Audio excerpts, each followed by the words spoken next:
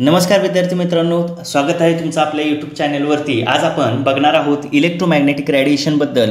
Electromagnetic radiation हा शब्दच मूळतः दोन गोष्टींपासून बनलेला आहे, हे लक्षात घ्या।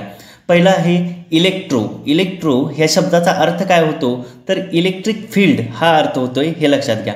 आता मी तुम्हाला इलेक्ट्रिक फील्डची इथं खाली डायग्राम दाखवणार आहे। इलेक्ट्रिक फील्डची डायग्राम पहा, स्क्रीनवरती तुम्हाला दिसत असेल की काय एक ॲक्सिस आहे आणि त्या ॲक्सिसच्या भोवती वेव्ह ट्रॅव्हल करताना तुम्हाला दिसत आहे। देन पुढचा शब्द आहे तो कोणता आहे तर मॅग्नेटिक फील्ड। मॅग्नेटिकचा मीनिंग काय होतो तर मॅग्नेटिक फील्ड।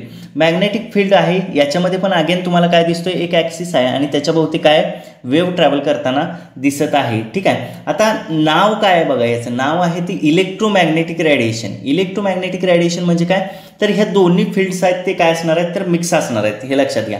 कोणतं फील्ड इलेक्ट्रिक फील्ड आणि मॅग्नेटिक फील्ड ह्या दोन्ही गोष्टी आहेत ते काय असणार एकत्रित असणार, त्याला आपण काय म्हणतो इलेक्ट्रोमॅग्नेटिक रेडिएशन, ठीक आहे। तर मग आपण काय करू डेफिनेशन पाहू। डेफिनेशन काय आहे बघा, the electric field and magnetic field of electromagnetic wave are perpendicular at right angles to each other. इथे डेफिनेशनमध्ये काय सांगितलेलं आहे बघा, पहिला शब्द आहे इलेक्ट्रिक फील्ड। तुम्हाला अगेन मी डायग्राम दाखवतो, इलेक्ट्रिक फील्डची डायग्राम तुम्हाला स्क्रीनवरती दिसते, ठीक आहे। त्यानंतर दुसरा शब्द आला आहे कोणता द मॅग्नेटिक फील्ड। मॅग्नेटिक फील्डची पण डायग्राम आपण स्क्रीनवरती पाहूया। The electric field and magnetic field of electromagnetic wave are perpendicular to each other. Perpendicular म्हणजे काय तर स्क्रीनवरती आपण जर या दोन्ही डायग्राम्सना आपण काय करू मिक्स करूया, इलेक्ट्रिक फील्ड आणि मॅग्नेटिक फील्ड। इलेक्ट्रिक फील्डला आपण मॅग्नेटिक फील्ड हे परपेंडिक्युलर दाखवू, ठीक आहे। इलेक्ट्रिक फील्डला मॅग्नेटिक फील्ड हे कसं असतं तर परपेंडिक्युलर असतं, म्हणजेच काय तर राईट अँगलला असतं, हे लक्षात घ्या। इलेक्ट्रिक फील्ड आणि मॅग्नेटिक फील्डचे हे दोन जर ॲक्सिस तुम्ही बघितले तर ह्या ॲक्सिसच्या मध्ये अँगल असेल तो 90 डिग्रीचा, म्हणजेच काय तर हे दोघे एकमेकाला परपेंडिक्युलर असतील। स्क्रीनवरती डायग्राममध्ये तुम्हाला दिसत असेल की दोन्ही गोष्टी आहेत ती काय एकमेकाला परपेंडिक्युलर आहे। एवढी गोष्ट बेसिक लक्षात ठेवा की इलेक्ट्रोमॅग्नेटिक रेडिएशनमध्ये दोन फील्ड आहेत, इलेक्ट्रिक फील्ड आणि मॅग्नेटिक फील्ड, जे दोन्हीही एकमेकांना काय तर परपेंडिक्युलर आहेत, हे लक्षात घ्या। ही महत्त्वाची गोष्ट आहे याच्यामध्ये।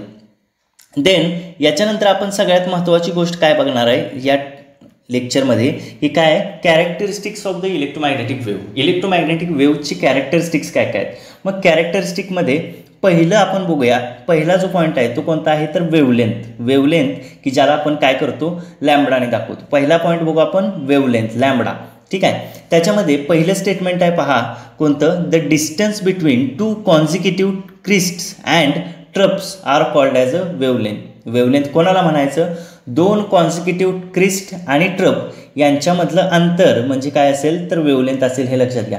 आता सगळ्यात महत्त्वाची गोष्ट तुम्हाला या स्टेटमेंटमध्ये क्रिस्ट म्हणजे काय समजलं नसेल किंवा ट्रप म्हणजे काय समजलं नसेल ते आपण पाहू, ठीक आहे। आता याच्यामध्ये अगेन मी काय करतो तर डायग्राम काढतो, तुम्हाला डायग्राम दिसत असेल स्क्रीनवरती।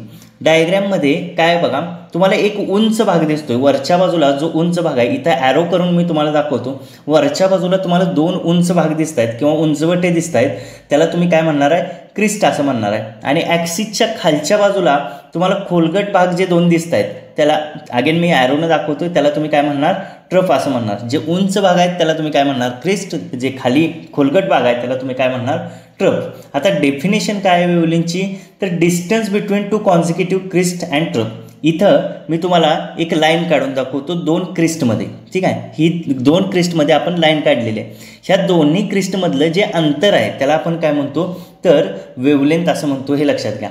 देन याच्यानंतर आपण काय करू सेकंड कॅरेक्टरिस्टिक बघू। सेकंड कॅरेक्टरिस्टिक काय, it is represented bye lambda, ठीक आहे। हे कशाने रिप्रेझेंट केलं जातं वेवलेंथला तर लॅम्बडा ह्या सिम्बॉलनं रिप्रेझेंट केलं जातं, आणि लॅम्बडा हे काय ग्रीक लेटर सिम्बॉल आहे, हे लक्षात ठेवा, ठीक आहे। त्याच्यानंतर सगळ्यात महत्त्वाची गोष्ट जी विचारली जाते ते म्हणजे कोणते तर वेवलेंथ। वेवलेंथचं युनिट काय असेल वेवलेंथचं तर युनिट वेवलेंथचं आहे मीटर, ठीक आहे। वेवलेंथचं युनिट काय असेल तर मीटर हे युनिट असेल, हे लक्षात घ्या। देन आपण पुढचं कॅरेक्टरिस्टिक पाहू, ठीक आहे। याच्यानंतर सगळ्यात महत्त्वाचं म्हणजे पुढचं कॅरेक्टरिस्टिक कोणतं आहे तर फ्रिक्वेन्सी हे कॅरेक्टरिस्टिक आहे, ज्याला आपण न्यूनी दाखवतो, ब्रॅकेटमध्ये तुम्हाला साईन पाहायला मिळत असेल, ठीक आहे। याच्यामध्ये पहिलं स्टेटमेंट फ्रिक्वेन्सीची डेफिनेशन मी सांगतोय काय आहे बघा, the number of a wave cycle that pass a given point in 1 second, म्हणजे वेव्ह सायकल्स जे आहेत जे एका सेकंदामध्ये एका पर्टिक्युलर पॉईंटमधून पास होत आहेत. आता या डेफिनेशनमध्ये तुम्हाला न समजणारी गोष्ट कोणती आहे तर वेव्ह सायकल.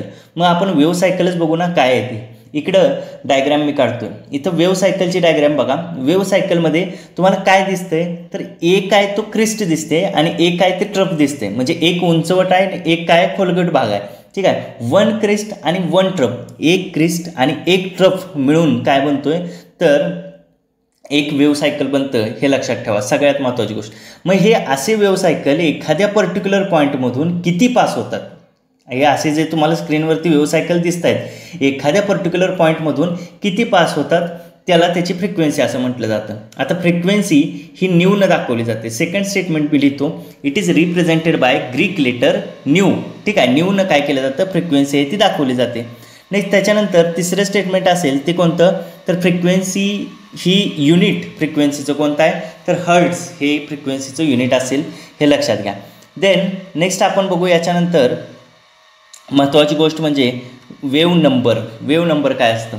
वेव्ह नंबरमध्ये मी पहिल्यांदा डेफिनेशन लिहितो वेव्ह नंबरची. काय reciprocal of wavelength is called as a wave number. सगळ्यात महत्त्वाची गोष्ट वेव्ह नंबर हा काय असतो तर वेव्हलेंथचा रेसिप्रोकल असतो. ठीक आहे. Nu bar is equal to 1/λ. Wavelength आपण कशाने दाखवतो लॅम्बडाने दाखवतो आणि लॅम्बडाचा रेसिप्रोकल म्हणजे कोण असतो वेव्ह नंबर असतो. Nu bar is equal to 1/λ.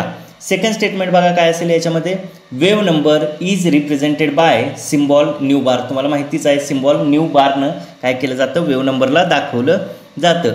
Then third statement आहे the commonly used unit for the wave number is reciprocal of the centimetre. सेंटीमीटरचा रेसिप्रोकल म्हणजे सेंटीमीटर इनवर्स आहे तो वापरला जातो. हे लक्षात ठेवा. ठीक आहे. याच्यानंतर आपण शेवटचं कॅरेक्टरिस्टिक्स बघू वेव्हच्या बाबतीतलं. शेवटचं कॅरेक्टरिस्टिक कोणतं आहे ॲम्प्लिट्यूड.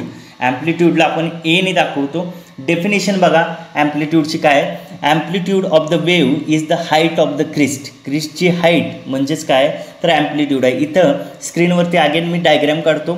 डायग्रॅममध्ये तुम्हाला 2 ॲरो केलेले आहेत बघा आणि त्याच्यामध्ये तुम्हाला सांगितलं आहे हाईट ऑफ द क्रिस्ट. जो रेड ॲरो तुम्हाला डायग्रॅममध्ये दिसतोय तो काय हाईट दर्शवतोय. हाईट म्हणजेच काय असेल तर ॲम्प्लिट्यूड असतं. हे लक्षात ठेवा. हाईट ऑफ द क्रिस्ट म्हणजेच काय ॲम्प्लिट्यूड.